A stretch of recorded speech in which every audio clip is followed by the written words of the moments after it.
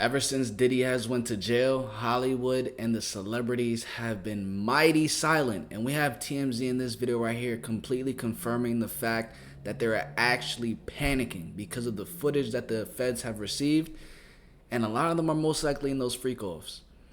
TMZ has been following this case for months now, and Charles Lottie-Baudier is joining us to dive deeper into what is happening. Charles, I mean, shocking is an understatement when you hear the details of this case. What are your thoughts after hearing the indictment yesterday?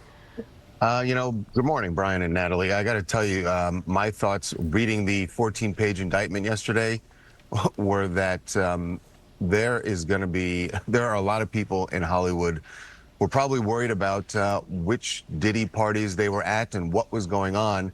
That's not to say that they were necessarily even involved in any of the things that are alleged by the U.S. Attorney's Office. But if you're at that party and it turns out that that's when he set up one of these freak-off sex parties, or that it was going on in another room and you didn't know about it, there's a good chance that you're going to be called by the U.S. Attorney's Office.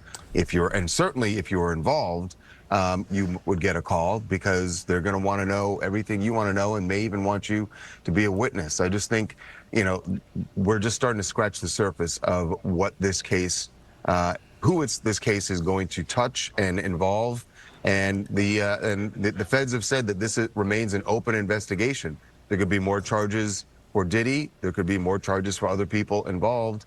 And usually the way this works is once they find out other people are involved or were witnesses, they bring them in and they sort of lean on them, and it's sort of like, you're going to cooperate with us, or there's a possibility that you could face charges. So this is going to be a slow developing a case here because we're just getting started, and I don't see how this trial begins anytime before next year.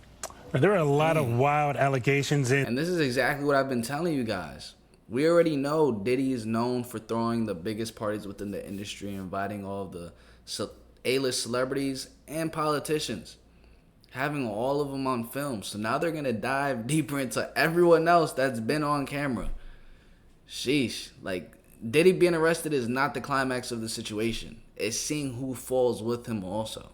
in those documents that came out yesterday, including 1,000 bottles of baby oil. What surprised you the most about what you read yesterday? This baby oil demon. Yeah, I mean, that, Brian, was was definitely an alarming graph of the indictment when you read that when they raided, I believe it was the Miami home, where they found 1,000 bottles of, and they said that these were items that were used at the freak-offs. There were also large amounts of drugs, they said, cocaine, ketamine, Molly. Man, it's stacking up on baby oil like it's the freak-off Olympics.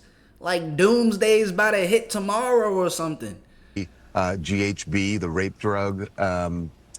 So, you know, they said that the house, according to the feds, that was stocked for these parties that were going on. And then to read their description of how Diddy, as they say, lured women into joining these parties. And they say that he would meet them or lure them, get to know them, and lure them in, thinking they would think that there was going to be a romantic relationship with him. And then it would turn out that they would be at these freak-offs where they would be forced to have, or drugged and forced to have sex with male prostitutes that he was bringing in. And that's one of the counts that he's facing also, is the transportation of individuals for a purpose of prostitution. So really alarming allegations laid out in court. Diddy, of course, has pled not guilty to all of it. And then the real kicker for him at the end of the day was that the judge said, you will be held without bail. And that means however long it takes for this trial to begin, he will be in a federal detention facility in Brooklyn, and not a very nice one. In fact, a fairly notorious one. So you got to figure it. He wants out of there, and he wants. Diddy is officially cooked. There was that entire situation when he first got denied bail. They appealed it. His attorney said, we're going to come back tomorrow and fight it, and they denied it once again. They're finally cracking down on him. If they weren't, they would have let him out, but they're keeping it. Who knows if he's ever going to see, like, a sidewalk again at the end of the day, for real. Out as soon as possible. We're in this era right now, Charles, of men with power falling from grace in Hollywood. And when I think about Harvey Weinstein, you know, that was an open secret in Hollywood for a very long time about what he was doing with victims. Was this also the case with P. Diddy, that the people kind of knew this was going on? I will say this: there were always been whispers about his power and how he wielded that power. But can't say I heard any whispers about these freak-offs, and it's really. Man, there weren't whispers. There were straight up conversations.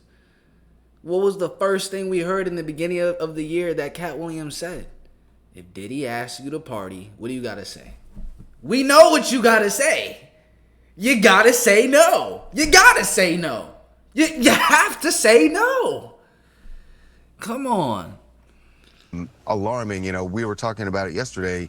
One, these parties had a lot of individuals. In fact, the U.S. Attorney's Office says that the parties would sometimes go on for days.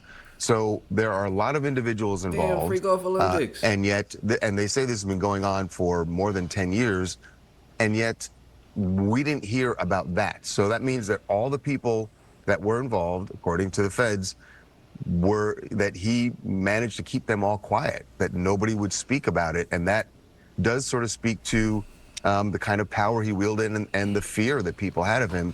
We're also talking about the fact that the beating of Cassie, which was captured on the hotel surveillance video, that was, 6 years ago. And as alleged when Combs nobody knew about it. Nobody heard about it. Think about all the people that were at the hotel who may have known about it, people who saw the surveillance video and never spoke about it. And like you said, we're in an era where when things like that happen, people speak out about it. So the fact that no one did, and that it only took this, really Cassie's lawsuit before any of this started coming out, it does kind of speak to the power that he wielded, and that the fact that nobody wanted to cross him. And Charles, what do you think happens next in this case? Members of Sean Combs' family have been ordered to give up their passports. He's currently in jail. What do you think happens from here? Well, his attorneys, the first thing that's going to happen is today, his attorneys are going back into court. They have appealed the bail ruling. And like I said, I'm sure he wants out, and that's their first job right now, is to get him out. They've offered a $50 million package for bail. That was rejected yesterday, but they're going to take another swing at it today. And then after that, what happens, look, he did surrender his passport to his lawyer. We should say the way his team put it out originally, they made it sound like he had turned it over to the authorities. He had turned over his passport back in April to his lawyer, as did his children and his mother. And their point was they wanted to make the case to the court that, look, we're cooperating here. He is not a flight risk. And they feel like the U.S. Attorney's Office undermined that by raiding his hotel on Monday night and arresting him when they say he was in New York because he was more than willing to surrender. In fact, the plan was for him to surrender on Tuesday, and then for some reason the feds decided to arrest him Monday night. Diddy's attorneys think they did that so that it would look like he wasn't cooperating, and then the judge would deny him bail, which, as it turns out, is what happened. Yeah, I doubt that's true. Like, if he planned on surrendering himself, he should have just done it. You know what I mean? Like, come on now. And then giving your passport to your lawyer is like giving your passport to a friend. You know what I'm saying? That really doesn't hold any value. Hey, lawyer, can I get my passport back? Here you go. What is the lawyer going to do? Say, no, you can't have it? He's going to give it right back. That really doesn't hold weight. None of this is really holding too much weight. His attorney's saying he's innocent. His attorney said he was going to turn himself in. And they're saying that he also gave his passport to the lawyer. I don't think any of those statements really hold much weight as to all the lawsuits, the allegations, and the footage that we have of Cassie. It's not holding too much weight. Diddy and his team. So, crazy situation right here. It's going to be very, very interesting to see who ends up, having to go to court due to them being in the footage that Diddy had filmed, and who ends up being taken down also. Diddy might have had a right-hand man. That's at the top of the music industry. A right and left-hand man. He might have had a whole team that no one even knows about. That's what we're really going to get to the bottom of this in this entire investigation as it goes on. Man, 2025 is going to be a very, very, very interesting year because celebrity culture at this point in time is literally at the edge. And it's really seeming like the powers that really control the people and influence them to behave the way they behave and think the way they think are starting to crumble down. Comment down below what you guys think about this entire situation. Smash the like button, subscribe, and turn on post notifications. I'm going to catch you guys in the next video. Peace.